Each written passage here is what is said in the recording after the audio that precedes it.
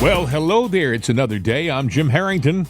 And I am Bill Nightwell. Thank God it's Friday. That's for sure. Tragic ending yesterday to the mini sub. Yeah, very, very sad ending.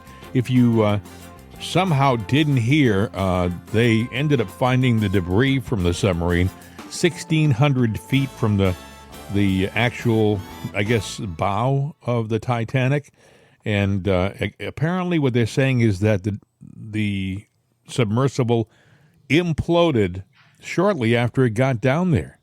And I want to rest your minds right now, because even though all the events that happened were stupid and tragic, when an implosion happens, that hull crushes in and comes at you at a speed that is so fast. It happens in not even faster than a blink of an eye. It happens in two thousandths of a second. That's like I heard somebody say that you don't even have time to realize that something is about to happen. There's no warning whatsoever to the passengers. It's the snap of a finger. It's instantaneous and it's final.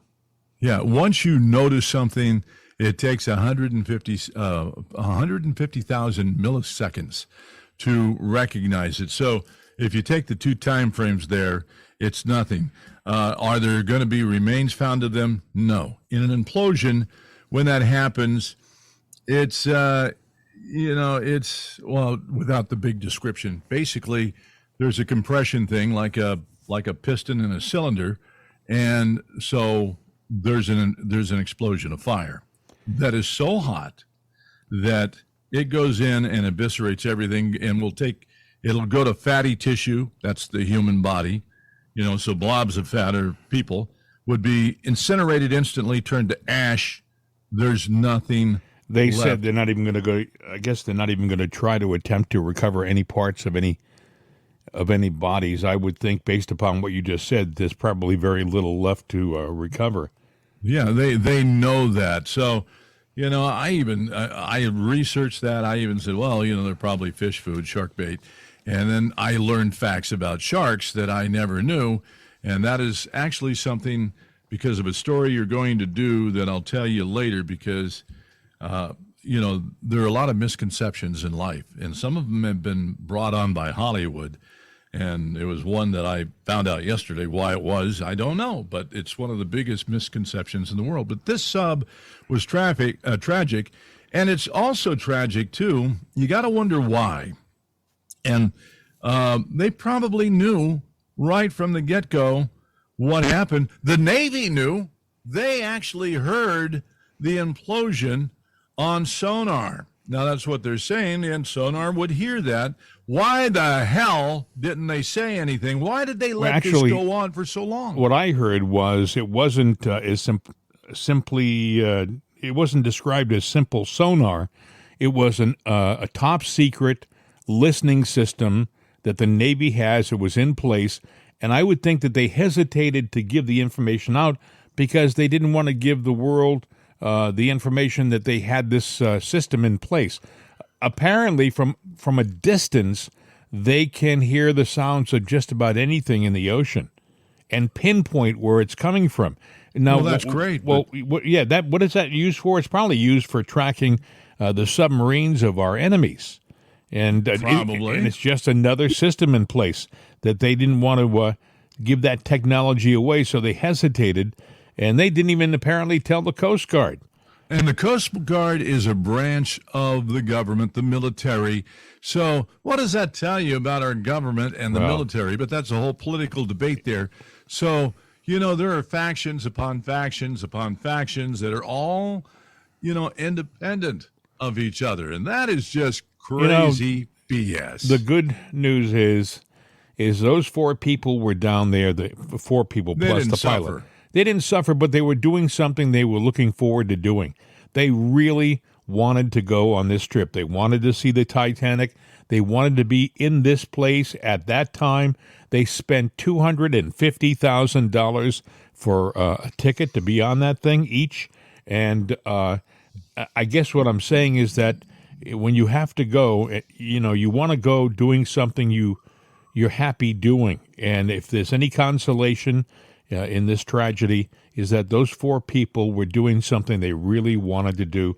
And all you can do now is maybe say a prayer for them when you're in church this weekend. You can say a prayer for them right now, for that matter. But they're with God's will, they're in a better place. And it didn't. Well, you got to hope so. Yeah. There was one guy that had bought a ticket. There were 4 people that went down in that, plus the pilot. But there was actually another guy that paid his money, was going to go on it. But he, like a girlfriend of mine, researches everything, And if I said, hey, honey, we're going to, Disney World, we're going to take a little mini sub and go down to, 150 feet. Oh, she'd research everything, and that's just what she does or, did. But this guy did that. And he sat there and started looking at the specs. He goes, you know what? Hell, no way. I am not going down in that sub. So he's the guy that didn't board the plane on the ill-fated flight. Same thing on the sub here. He didn't do that. A few things about this sub, and you have to wonder what's going through the mind of the CEO who was the pilot on this thing. He believed, obviously, that it could go to the depth it went to, but it was only certified to 4,000 feet, and they went down to 12,500 feet. That's 3 times the certification depth. Why he thought he could go that deep in this submersible is beyond me. Now, that being said, this wasn't the first trip it made to the bottom, so he probably 4 times before, I believe. He probably was very confident in its safety and was sure that it could do it again, and he had no problem with it. The other thing you have to wonder is, there were only 4 people on the submersible, and I know this is the conspiracy theorist in me coming out again, but was it something other than an accident? Was it intentional in some part? We're talking about one guy who was one of the richest men in England, a billionaire. He was on and it. his hair? No, that's a different person. Oh, okay, yeah. There's two. There were 2 rich people. Yeah, the other person who was on it was the richest man from Pakistan. The richest man in Pakistan, and his son. I believe his name was Dawood, and his son's name was Suleiman Dawood, and I forgot what his name was. But they were on it. So you had 2 very wealthy, I would say, billionaires on it. There's a lot of people who will do a lot of things to get their hands on the money of those people. I'm just saying. And will we ever find out what the truth is? Well, I don't know. I hope they're able to retrieve some of the debris from that wreckage, because like an airplane crash, they can put it together and figure out whether it was, for example, an implosion or an explosion. And that would be a big difference. Yeah, I think it was an implosion, but... well, if it was an explosion, Bill, it would implode anyway. Yeah, it would. It doesn't matter, but the fact that it went down 4 times, you were pushing the limit. Just because something has a stress level at a certain point doesn't mean that it can't go deeper, but at some point in time, it's I know what you're saying. However, it's put. Yeah, it breaks down, and at some point in time, there's a wear and tear. Weakens. Yeah, it weakens it over time. But here's the thing: you don't know what that is. That point. When I say if it was an explosion, it would implode anyway. Let me explain that. What I'm saying is that at that depth, if let's say you just put a little tiny charge of something in a suitcase down in that, and all that thing is meant to do is to crack the hull. I'm just saying. That would serve as the catalyst for the implosion, because all they have to do is weaken the structure of the submersible, and it would implode. Right. Well, now, when that goes down, it's got ballast, so it's taking on water to go down. It's secured to a cable, and you're talking about anything could be an explosion. Let's just say the cable that hooks the hook joints. That's what gave out and dropped it. And so that's what caused, and the sudden drop, all of a sudden, put, quick pressure on it that caused it. Or there was a device that went off at one of those hook joints that was just enough to rupture that hull. Once it is fractured, once it's ruptured, it goes in and your implosion happens, and it's before they would even ever know. They might have heard a crackling or something beforehand, but if it's an explosion, no. It would have just been instantaneous. So that's the only belief that we can go by, those simple facts. You look at the depth, I think I talked about atmospheres one time. I think it was yesterday where I said, it's every 40 feet, it's a new atmosphere. But, what is the atmosphere? It's the weight of our current atmosphere on the ground. Right now, you've got 14.7 pounds per square inch of weight on your body right now. That's what you're adjusted to. And when you get into the water, that's what you have. But it's multiplied as you go down. But they count it at 40 feet increments. That's when the atmosphere changes, and that's when decompression starts. So if you go down 12,500 feet, you are putting an incredible amount of pressure. Yeah, you can divide it by 40 for the atmosphere, but keep in mind, per square inch, 14.7 pounds. So forget about that 40 feet and think about that. How deep is that? The Mariana Trench is 6.8 miles or 7 miles. 12,500 is 2.5 miles. Yeah. 2.5 miles down. I mean, that's. Yeah. Now, the one guy that has his own sub that's done it and has made the trip to the Titanic not once, not twice, but 33 times is James Cameron, the guy that did Avatar. He did the Titanic. He's fascinated with the ocean. He's explored a lot of things. He's done the Mariana Trench because he's interested in it. And his sub went there down 6.8 miles. I read one record, it was 7 miles. But either way, that is, that sub is more capable. But would you put yourself in a box, in a tomb, that now in the case of this sub that imploded, there were 17 bolts that they bolted down. And then when you think about it, it could have been the hatch that gave loose because those bolts are hand tightened with just like a wrench you'd go down and like a Craftsman wrench. It was nothing that was professional, torqued, or anything to know that. And torque plays a big thing with anything of pressure.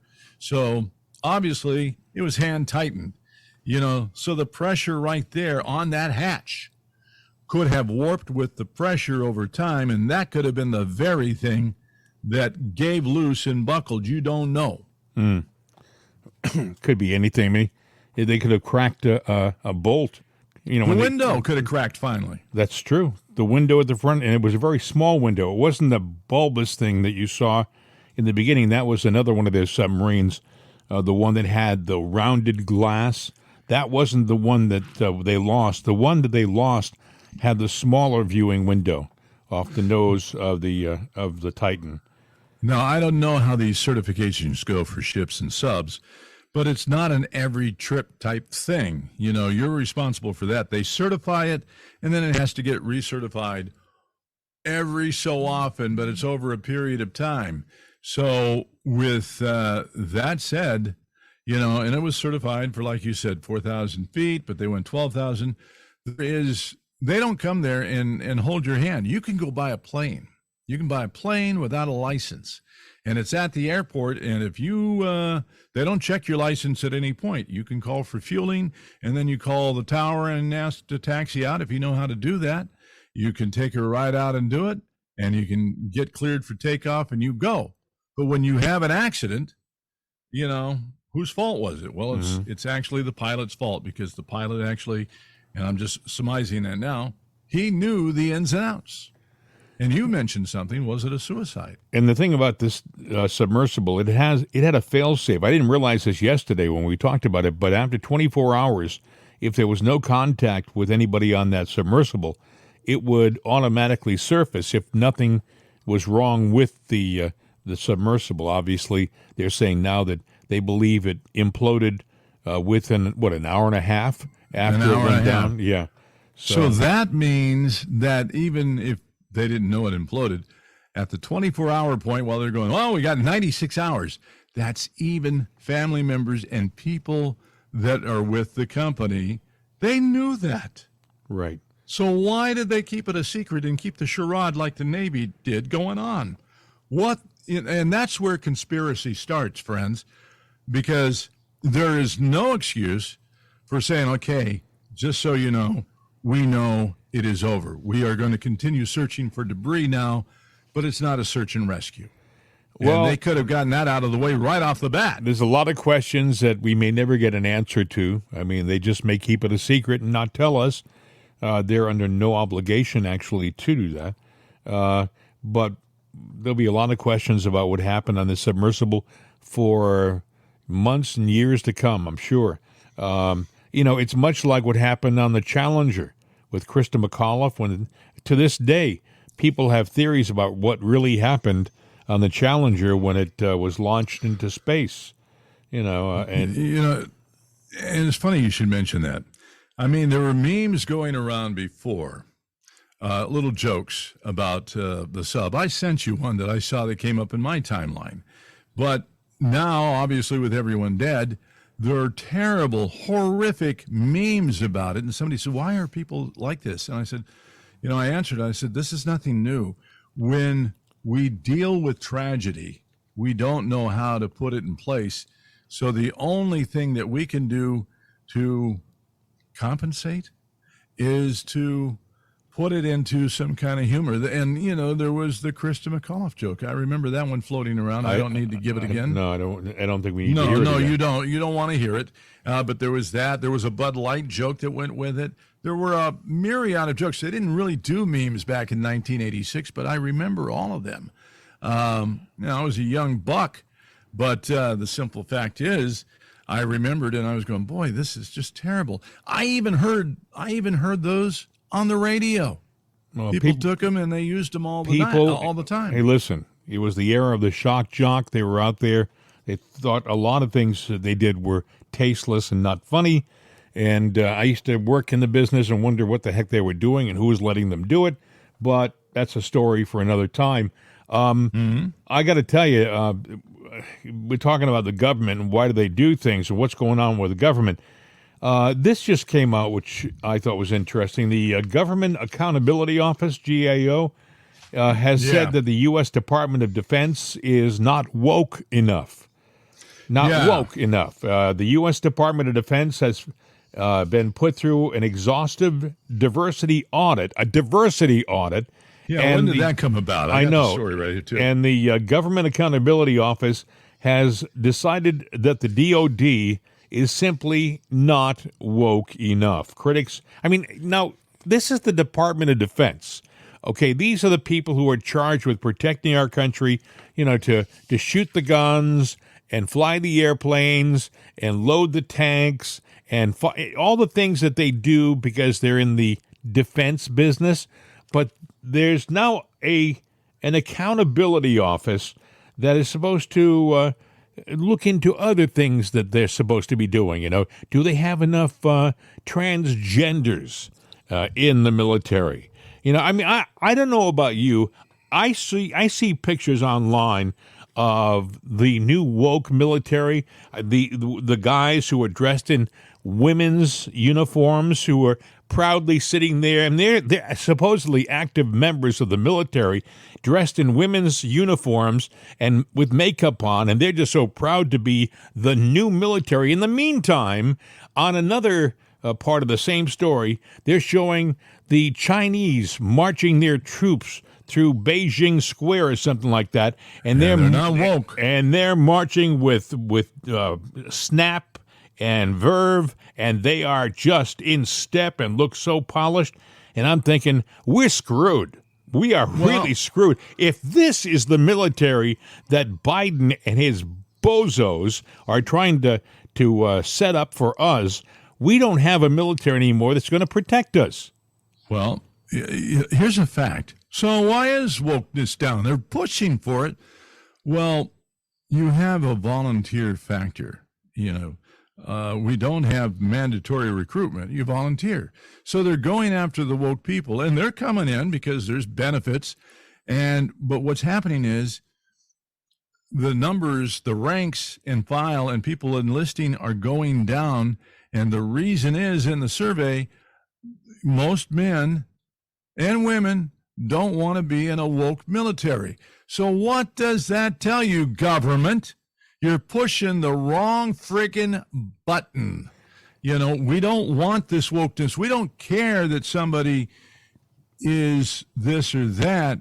But when you promote it and rub it in our face and say it's okay, be all you can be. Well, let me tell you what else they're doing.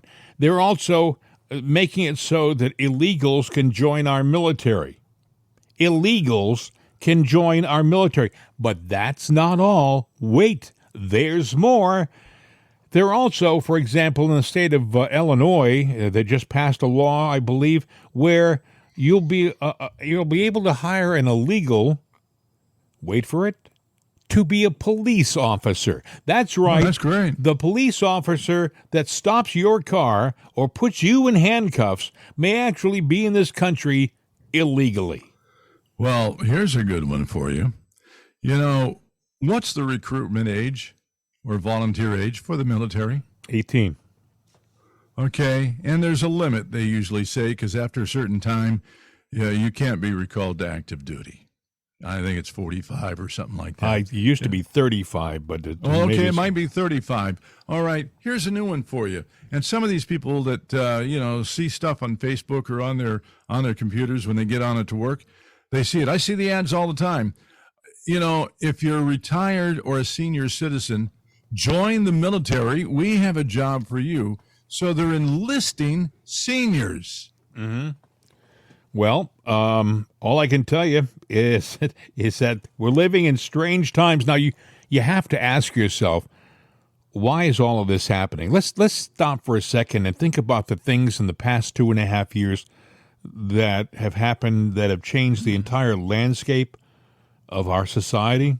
I mean, we have no borders anymore in this country, literally no borders. Forget it. They are gone. They're obliterated. They're coming across at will. I mean, when they get across, instead of putting them back on a bus and sending them back, we're putting them in cities around the country. That's what's happening to our country and our government. The Mayorkases of the world and the Bidens of the world. That's right. He goes right to his desk because you know what? Harry Truman once had a sign: "The buck stops here." Okay, and that was on his desk. That meant he was the final say. If he didn't want people coming into the country illegally, it wouldn't have happened. Joe Biden wants this to happen to our country. He's happy that it's happening to our country.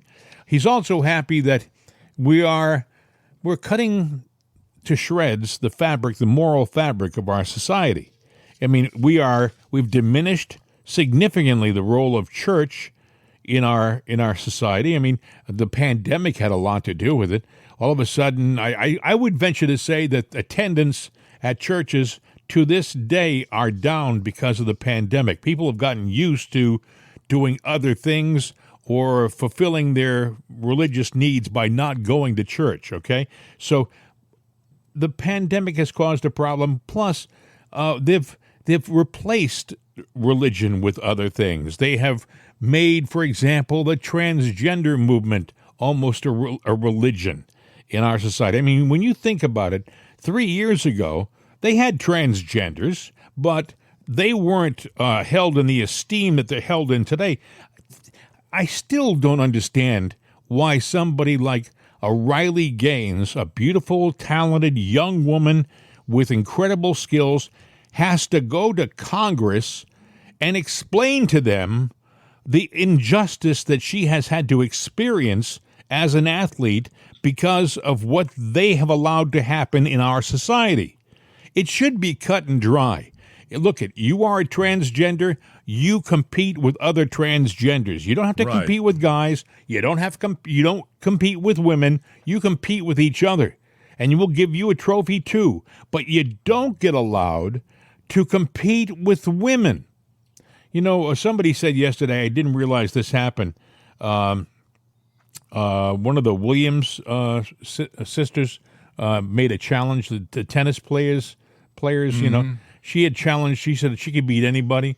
She said any man ranked under 200, meaning over 200, meaning if you were ranked 200 or above in the tennis world in men, she could beat the living heck out of, right? This is what she said. Some guy who was ranked about 210 took the challenge and wiped the floor with the Williams sisters. So I think it was Serena Williams. But the point is, they made a challenge thinking that they could beat any man, basically, who's ranked 200 and above. And some guy came along who was ranked like 210 or 230 or something like that. And he said, I take the challenge up. And he beat it. What does that say? It says that he physically had an advantage to the Williams tennis player. And I thought, this is what people like Riley Gaines have to deal with. They have to deal with it. Actually, in history and tennis, you remember from the 70s. I know we were both just kids in diapers. Well, I forget his name now. Bobby Riggs. Bobby Riggs, yeah. And what was her name? Her name was Billie Jean King. Billie Jean King cleaned him out in tennis. And but that was different. I think he was like 30 years older than she was. He was an old guy. He had been a tennis pro in the 30s, and I think this challenge happened in the 70s. So she had an age advantage. It would be like me challenging. It would be somebody challenging my daughter's age, challenging someone my age in an event. There's just a physical advantage. We degrade over the years. Trust me. If you knew me, you know that that's a true statement. You get older, you get weaker, you get less stable. You don't have the skills that you had when you were 35. When you're 70, it's just the way it is. But Bill, getting back to we talked about the military.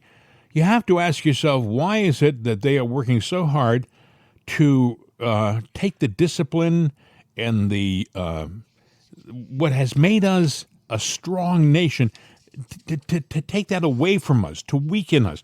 We don't have that anymore. We've lost, the great soldiers who have looked at this situation have said, we're not re-upping. We're not going to do this anymore. We're getting out as soon as we can. So we're left with not the wheat, but with the chaff. The chaff is the waste. That's what we're left with. And we don't have a strong military. The men are not signing up. The women are not signing up. And like you said, the real men and women that are in, they're going, my time is served. I am out of this. And I don't blame them. And so now they're desperately recruiting all around, and they've raised the age limit. That's kind of scary, too, because, we all work to our retirement. We either save for it or you in a roundabout way with your Social Security, put away for it. It's supposed to be there for you. And, boy, they could use that as there's opportunities out there. Get rid of your money. Who knows? The repercussions have. Can you imagine? Show a picture of a soldier today dressed in a woman's uniform and put "be all that you can be" below that picture. Be all that you can be. Along these lines, we're also going through a technological challenge in the world right now. We are being force-fed, to a certain extent, artificial intelligence. All of a sudden, it is being sold as being a gift. We're going to be all better off for it. We're going to be living in a much more comfortable world because of our advantage with artificial intelligence. Meaning that, people may say, a lot of people don't know what artificial intelligence is, but it's like your Alexa device, your Siri device, those things that you use all the time. They're a form of artificial intelligence. But it goes beyond that. It's free thinking. Way. There's something that I have not used, but it's Chat GP something or other. I have not used it. But it can write stories for you. It can have conversations with you. It can tell you about things. It is like talking to another person with an incredible brain. It reacts quickly. But Lara Logan was on with Clay Clark, who does a podcast, and it was very interesting. She's a very smart young woman. She really is a soldier in this battle. She's just a young woman with, she's not terribly big, but she's got the heart of a soldier.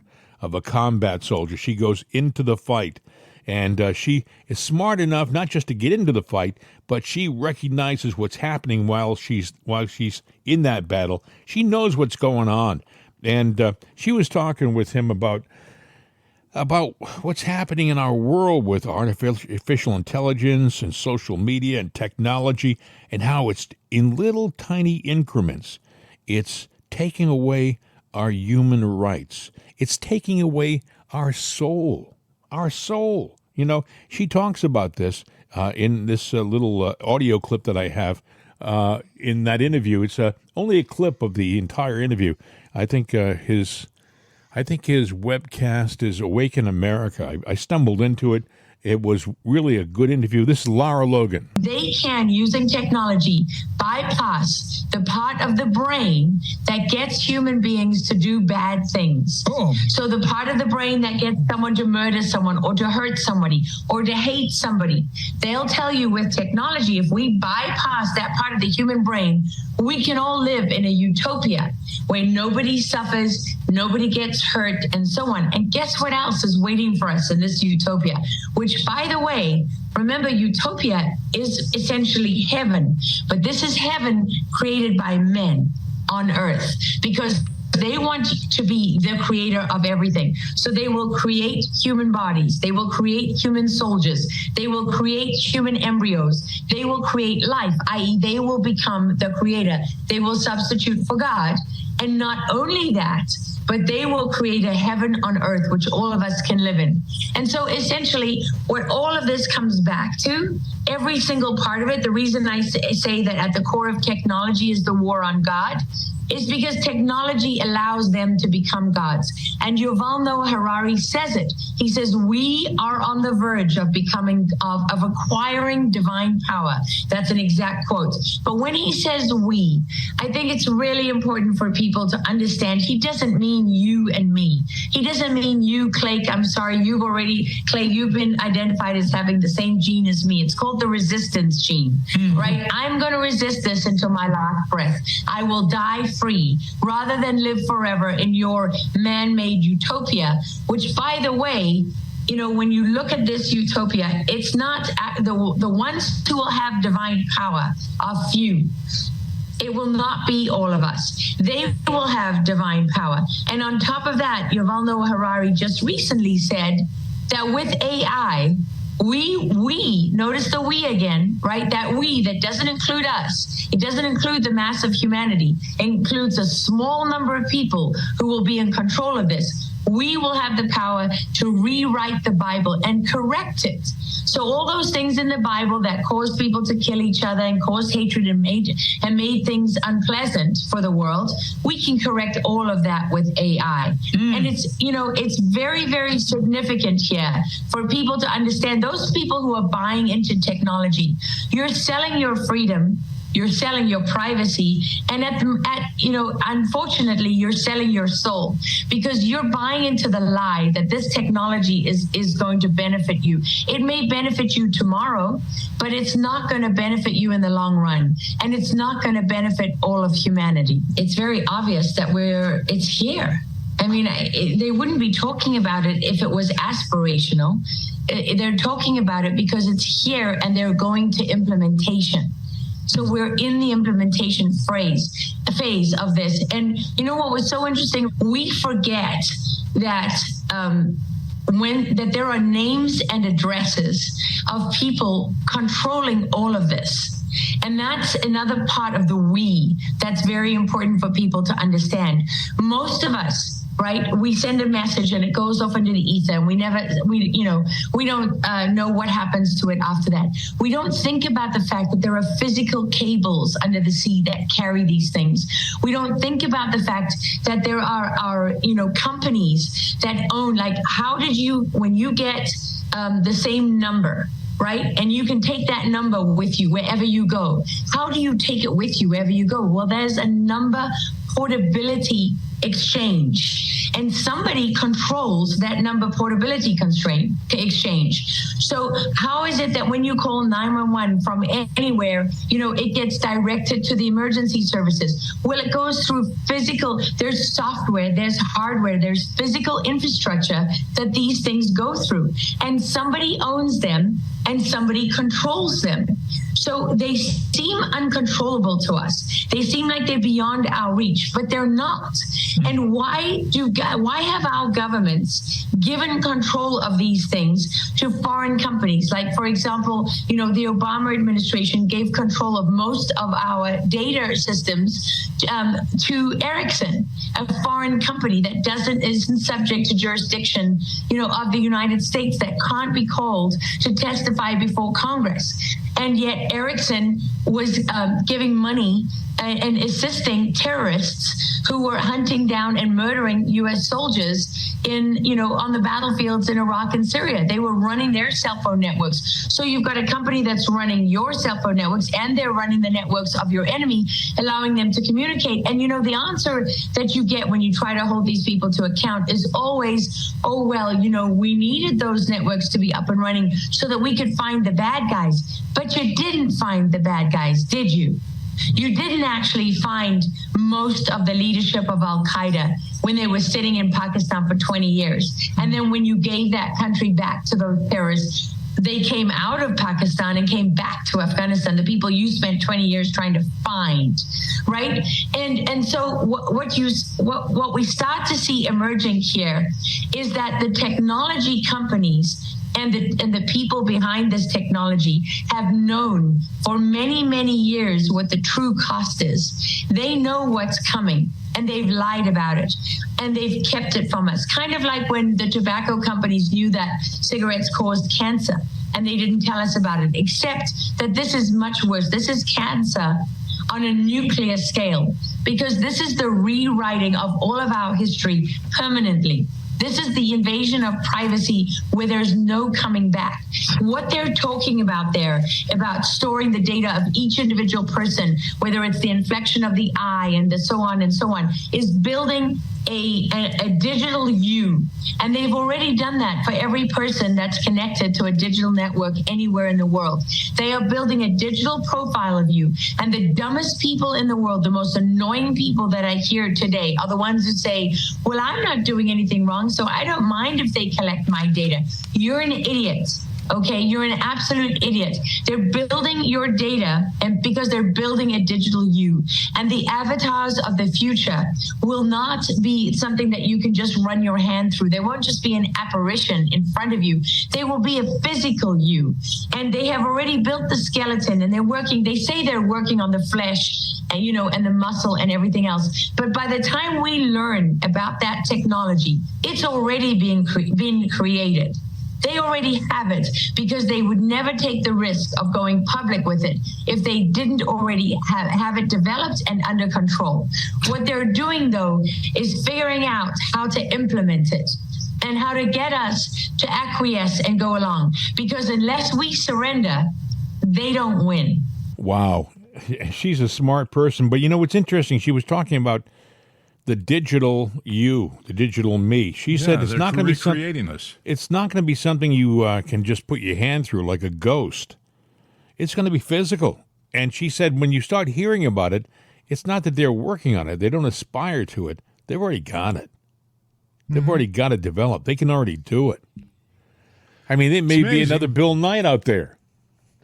Well, there probably is, and I feel sorry for that AI that's me, because never mind. It's bad joke. But you wonder why would they do that, right? Well, the other thing that she was talking about, and it's not in that audio, is that they want to do implants. They want to be able to hook you up to a computer. Yeah. Well, how do you know that there's not somebody that's going, okay, the only way that I can carry on is to become an AI, a robot, because you can always take the essence of your knowledge, your brain, and put it into a computer. Are you not alive if it's free thinking like it is? I tend to say you've created something new. But, man, throughout history, no matter what. We've got governments, we got people in power, and we have differences of opinions. We have wars. Will not the AIs do the same thing? At some point in time, an AI will be its own faction and argue with another AI. In other words, we might be prolonging longevity and, of everything. Well, And she says one thing which is not on this tape too either. She says this is truly a battle between good and evil, between God and the devil, God and Satan. And she said because it is that battle, because we can only do so much as humans, she says, you have to at some point trust in God, because at the God level, you have to feel confident that He's got this. God's got this. It may not appear to you and I, but He does. Yeah. Well, there's God and the devil. God's battle, and He's a God of sorts. So you've got to pick your God and see what team you're going to be on. It's a no-brainer for me. Well, it's a no-brainer for me too, but I'm just saying people have chosen. Now, they change teams at death, but you never know. You need to make that decision. And I'm not a preacher here saying, doing the invocation at the end of a sermon. The simple fact is you do have to make a choice in life, and you may as well make it now because you don't know. You can't guarantee tomorrow, let alone the next 5 seconds. You don't know what's going to happen, and you may not get a chance to make a decision. Well, so make it. You have to wonder, you have that battle with technology going on right now, and how they want to influence our life. They want to be able to connect us. Somebody said, will the day come if they want to put computer chips in our brain? They literally, you may say, you mean figuratively, Jim? No. They want to implant in our brains computer chips, so there's a connectivity between you and other people, you and machines.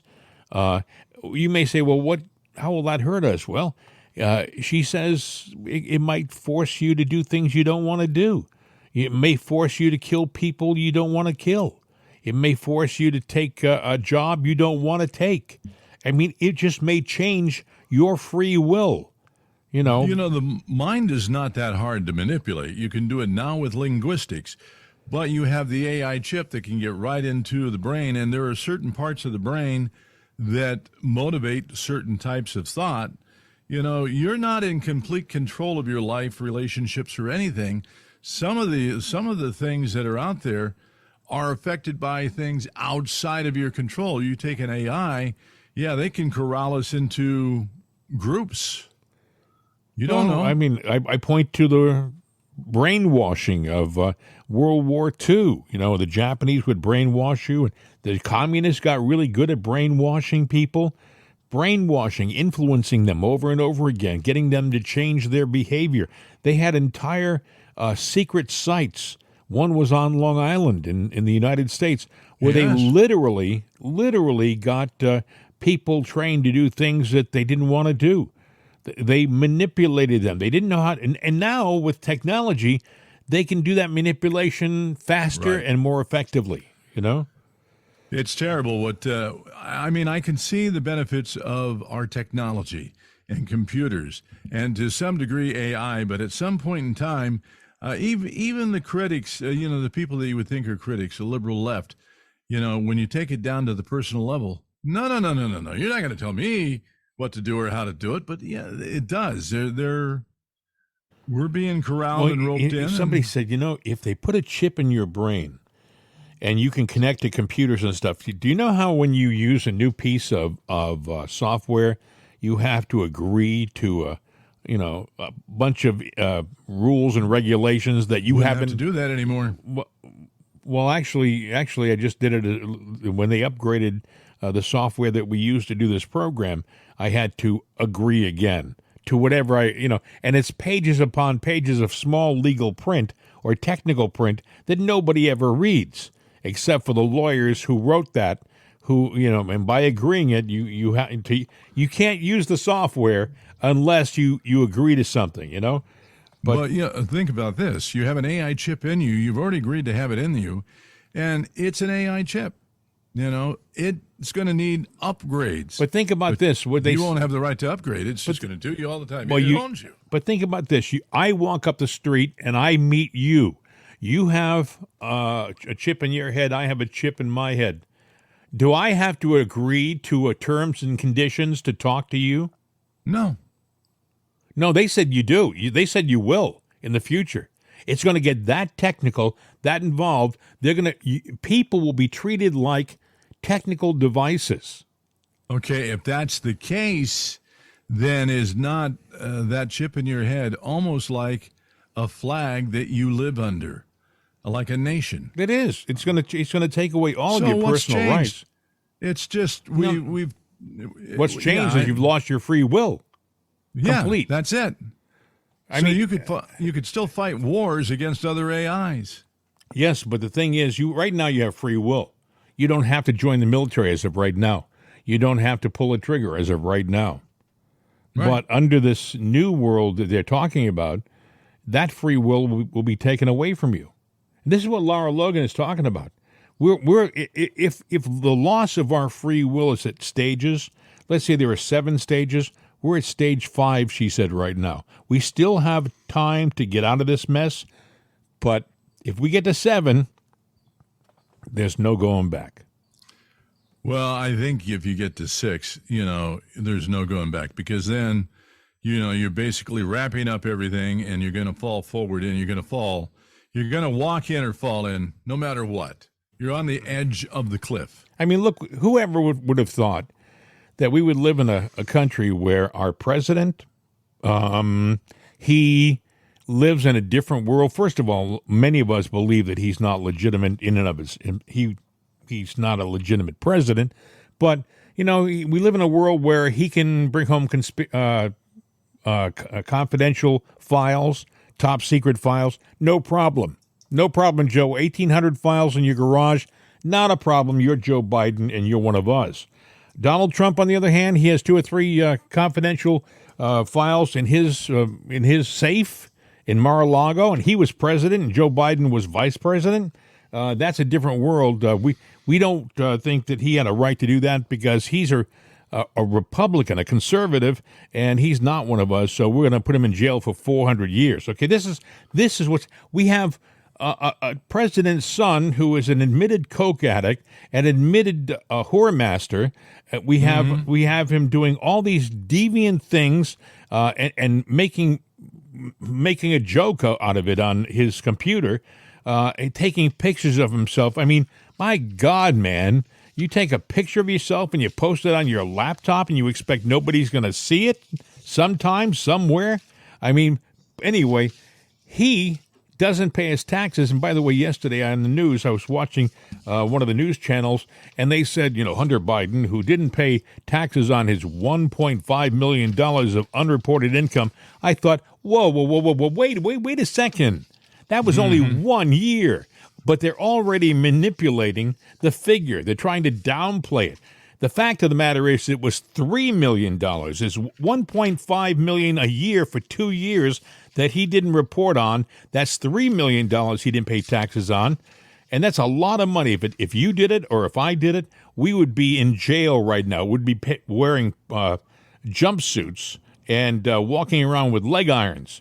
But this guy, because he's in a different culture, a different class, he's one of the elite that Lara Logan was talking about. He lives under different rules, He gets off. He doesn't even get charged with a fine. He gets slapped on his wrist, and he's sent home, and that's it. He gets to keep his money. Nobody asked him, by the way, that $3 million, Hunter, where did you get it? What do you do that gives you $3 million worth of income? Nobody asked him that. When I watched Durham the other day, I mean, he's a nice enough guy. He seems like a bureaucrat, but he's not a tough guy. He looked tough. You see him in his pictures. He had a frown on his face all the time. He looked like he was a serious guy. He was weak. He didn't ask the tough questions. He didn't pull the people aside who needed to be taken aside. He didn't charge or indict the villains in this story, he just kind of looked away like so many in Washington do. You know, General Flynn came out with a statement yesterday, and I haven't got it in front of me, so I can't quote it. But essentially, it was a statement that sounded like it was time. When I say time, I mean enough is enough. You know, he was saying we live in a world that charges a good president and lets the criminals go free. We live in a world where people like he and his family are just destroyed for no good, honest reason, and the worst of our society are lauded and applauded. Guys like Adam Schiff, you see what happened to him in the halls of Congress? All the Democrats, when he got censured, instead of turning away and walking out on him, no, they got around him and cheered him and applauded him in the halls of Congress, which just minimized the importance of our Congress. You know, so essentially what General Flynn was saying was enough is enough. This has got to stop. It has to stop now. He didn't say that there has to be a revolution, but he did infer that something has to happen, and it has to happen now. You got to wonder what that something is that has to happen now, but some of it's done with, there's a lot of things that have to happen.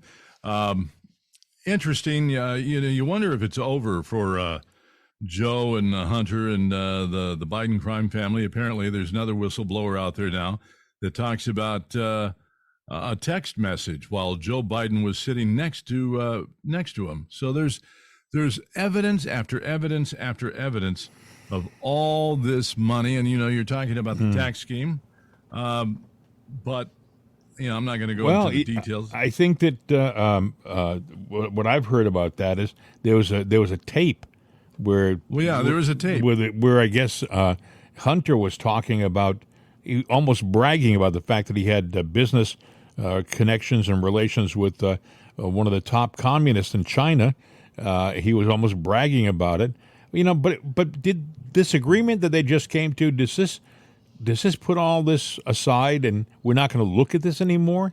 I don't think it does, but they think it does. I don't think it does. So it's going to be interesting because even the story that I mentioned, or even the one you mentioned, the news is already fact-checking it. Now, they can't sit there and say, oh, it's bunk, because they know it is. So their narrative is now, well, it didn't really go down quite that way.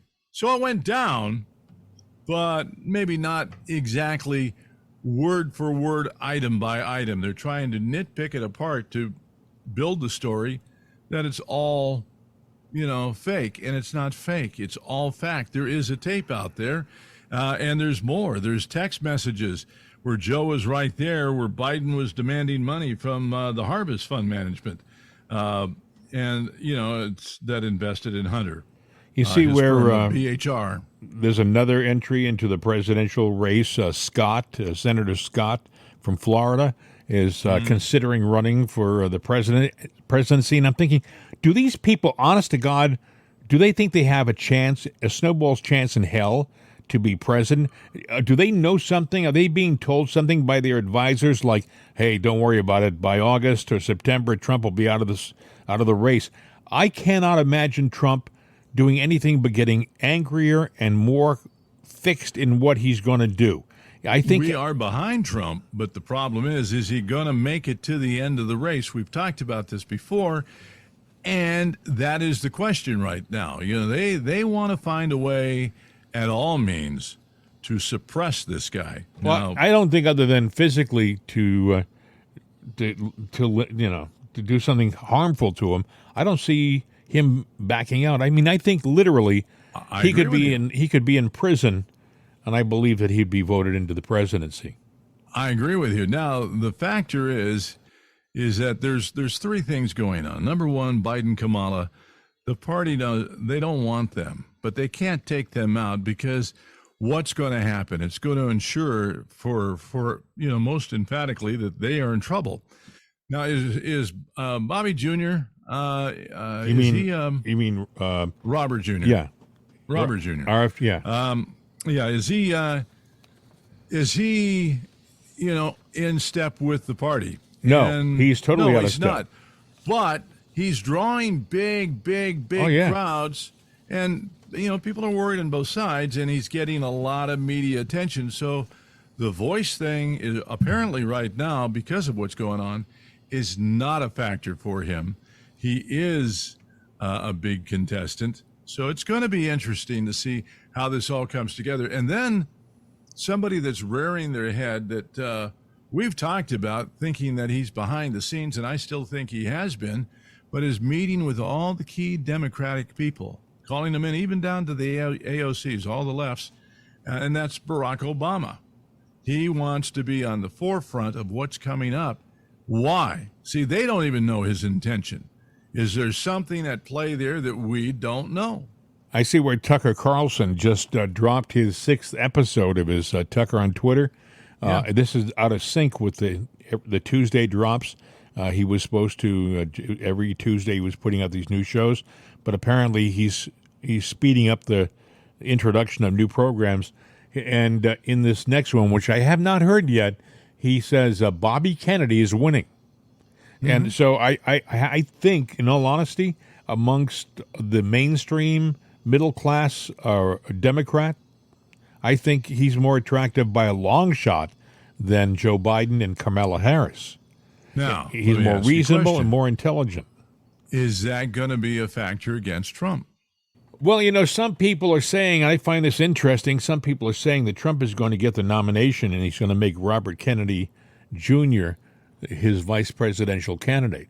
That would be a mind blower. That would be, and the thing is, you have to understand that his environmental stuff is totally different than Trump's. So they would have to make some compromises politically for something like that to come together. Would that be a bad thing where you take someone like him and someone like Trump and find a way to merge those two together and get to a true centrality point to where it's, everything is like a central thinking, again, moderate, which is what the country really should be? Well, they're also saying, I guess there was a poll, it said, a no-labels third-party bid hands the 2024 election to Trump over Biden.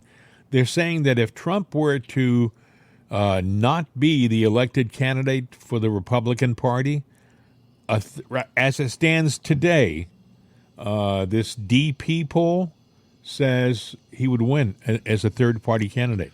Well, I would commit to you that if he ran as a third-party candidate, he would have a lot of voters, and I think the Republican Party would implode. I hate to use that word, but I think it would cave in amongst itself. And maybe that's what's got to happen. But then you still got the bad seed inside the Democratic Party. Maybe we just need two whole new parties. I don't know. And I think it boils down to it's really not every Democrat is part of that bad crop of people. It's the leaders of the party that are the problem. But it says, one of the other polls says 62% say Trump indictment is politically motivated. So 62% of the people who were polled said that the Trump indictments are all fake, and they're done to politically wound the guy, to affect the election. That's kind of people are becoming more eyes open. Yeah, and I had read that the content now, the Democrats, are to find a way to convict him on something because they want to put him away. Now, we've talked about it before. Dominion, a couple of stories from Dominion. Mm-hmm. Number one, was there voter fraud? And there was talk about, the people were verifying votes in 2 seconds going through. There's a video out now of one particular employee that went through 27,000 signatures in a matter of seconds. And now the thing is, 80% of Arizona voters use mail-in ballots that require signature verification. This is just one of the many workers that verified hundreds of thousands of signatures at less than 2 seconds each. Mm-hmm. So they were just taking them and go, that's it. That's actually been around for a while. I've seen that. That was actually, I think, mentioned in 2000 Mules, which was out almost a now year ago? it's starting to hit the mainstream. So you look at that. You look at the fact that Dominion can be manipulated. And what was it? I guess they're reporting. We reported it before, but apparently Tucker was fired as part of the Dominion settlement against Fox. Now, speaking of networks, besides Fox, which is not doing too well, apparently CNN up for sale again. Yeah, I heard. And you know who's thinking of buying it? Zucker? Jeff Zucker. Yeah, Zucker. Yeah, right. He Whatever was his name the is. former head of CNN, and I guess he was fired a year ago. So they're saying the ultimate revenge would have him come back with a new ownership team. I think if he comes back, it just continues the downhill slide, because he was I would say pivotal. He was the pivotal element that destroyed that network. He was the guy who allowed it to go in a certain singular direction, and he ruined CNN. And if he gets a hold of it, he'll just finish the job. So that's my own humble opinion. But I agree with you. I just find it interesting that in all of everything that they do, and we're trying to be the new CNN, it's not working, and they're in the toilet, and now the powers that be are sitting there going, we got to ditch this one. And they're going to ditch it. I believe you will see it sold. So, well, speaking of ditching stuff, by the way, it would be interesting if they put it on the market and Trump were to buy it. What would happen then? Anyway, that would change the landscape significantly. It would be interesting, but with all the woes, can he buy it, and would they hold it up? Would they find a reason to hold it up? Unless his son buys it. God knows. Well, this is going to have to wait for another program because we're out of time. If you want to contact us, we have a phone. Our number is 833-538-7868, 833-538-7868. And there's mail at itsanotherday.com, mail at itsanotherday.com. Yes. Hey, anyway, I hope you have a wonderful weekend. If you don't join us for our update tomorrow, we would be back again on Monday. The news, it just keeps on keeping on, doesn't it, huh? Things keep changing. The hits just keep on coming right here on itsanotherday.com. You can take the disc jockey out of radio, but not the radio out of the disc jockey, folks. No, you can't. And as my old friend Bill Knight would say, adios, baby. I'm out of here.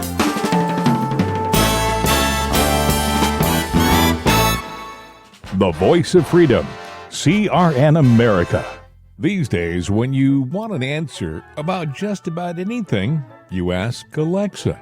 You ask her about the weather. You ask her who won your favorite sporting event.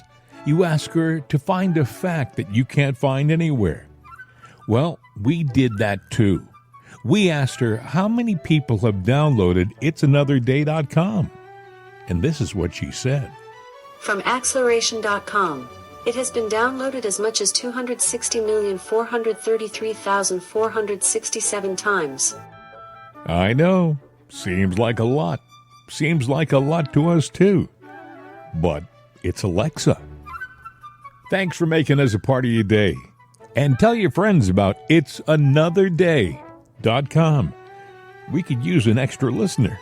I mean, what do you do when you only have 260 million?